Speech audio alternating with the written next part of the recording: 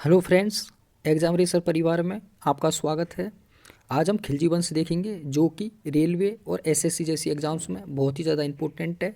तो इस क्वेश्चन हमें देखने को एग्ज़ाम में मिलते ही हैं। तो अब वीडियो की शुरुआत करते हैं। पिछली वीडियो में हमने गुलाम वंश तक देखा था।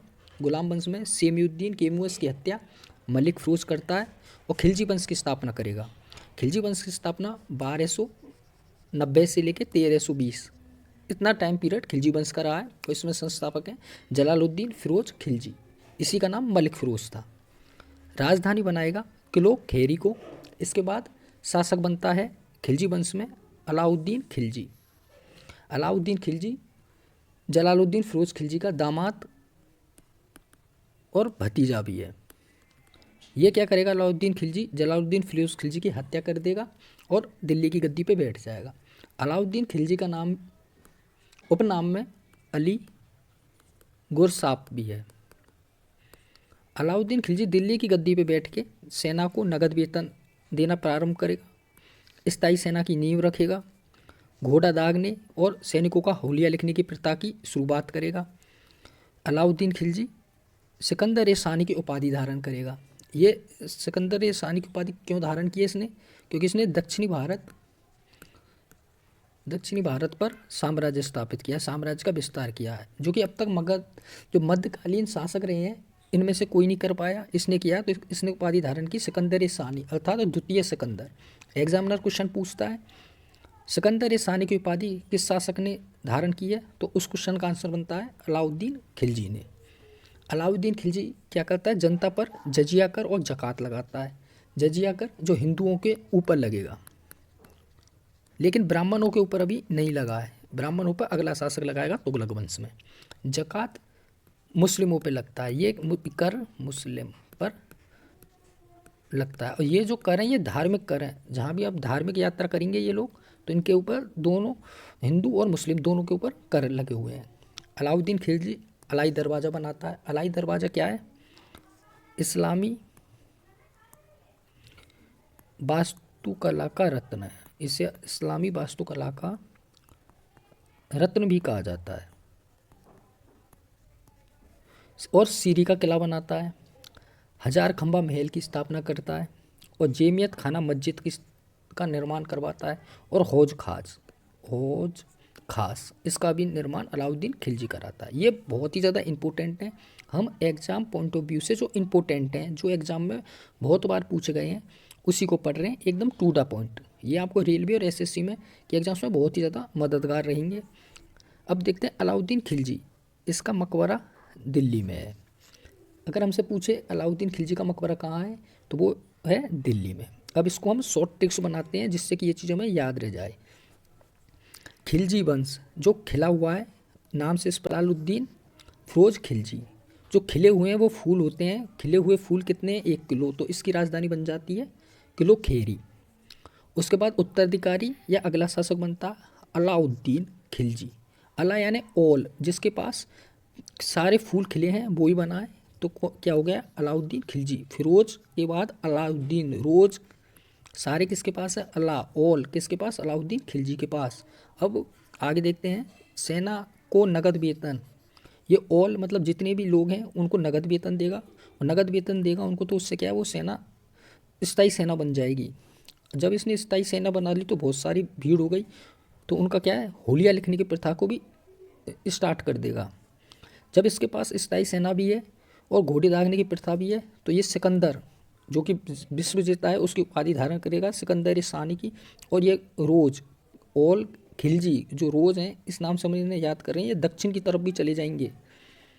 ओल है, ये भेदभाव नहीं करता है, हिंदू और मुस्लिम दोनों के ऊपर धार्मिक कर जो होता है उनको लगा देता है। अलाई दरवाज़ा, तो ये हो गया अलाउद्दीन। ये हो गया हजार खंबा। ओल यानी सारे खंबे, तो हजार खंबे। हौज खास, रोज होते हैं कैसे खास, तो अलाउद्दीन खिलजी। और दिल वालों की दिल्ली, ये रोज़ हैं खिले हुए हैं, तो इसका मकबरा भी आपको कहाँ लगाना है? दिल्ली में। हमने इस तरीके से शॉर्ट ट्रिक्स बना के इनको याद करने की कोशिश की है। आपको वीडियो पसंद आ रही है, चैनल को जरूर सब्सक्राइब करें और कमेंट में अपने विचार लिखें, जिससे कि हम उस इनको बेहतर कर सकें। क्योंकि हम अभी स्टार्ट किया हमने यूट्यूब, इस वजह से, और आई एम एक स्टूडेंट। तो अब आगे की वीडियो देखते हैं कि आगे क्या है। अलाउद्दीन खिलजी में इसका सेनापति है मलिक कफूर। ये मलिक कफूर कौन है? ये तेलंगाना के शासक प्रतापरुद्र देव से कोहिनूर हीरा लेता है। और सबसे पहले जो किसके पास जाएगा कोहिनूर हीरा? ये सिर्फ सेनापति है, तो अलाउद्दीन खिलजी के पास। अलाउद्दीन खिलजी के पास कोहिनूर हीरा आ गया है। ये आया प्रतापरुद्र देव से। ये तेलंगाना के शासक हैं और काकतीय वंश के अंतिम शासक भी हैं। अंतिम शासक, काकतीय वंश का अंतिम शासक कौन है? तो आपको लगाना है रुद्रदेव पर। कोहिनूर हीरा है, ये कहाँ प्राप्त हुआ सबसे पहले? तो ये हुआ गोलकुंडा की खान से। गोलकुंडा की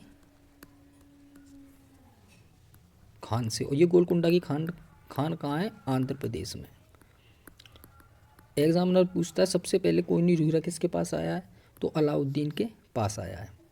अब आगे देखते हैं।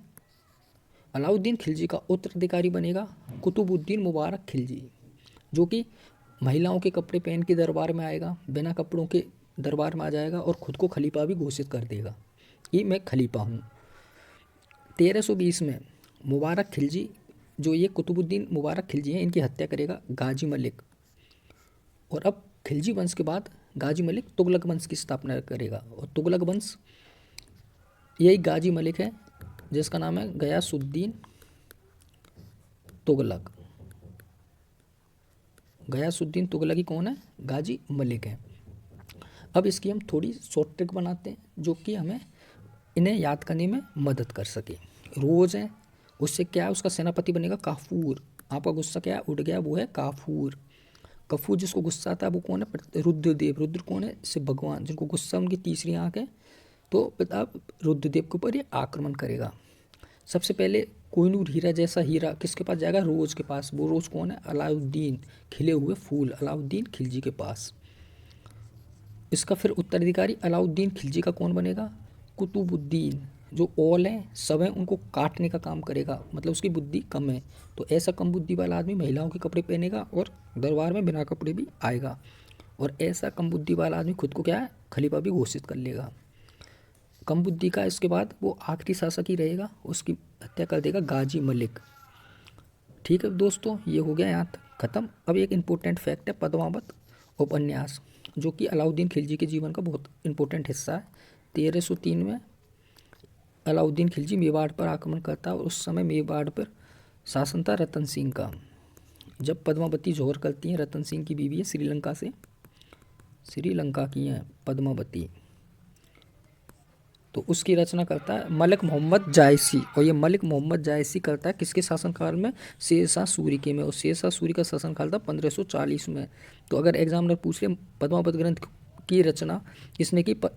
मलिक मोहम्मद जायसी ने। और 1540 में की है। ये कब की है? 1540 में। Very important question.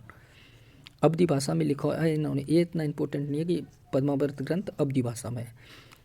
अब इसकी थोड़ी सी हमने शॉर्ट ट्रिक भी देख ली।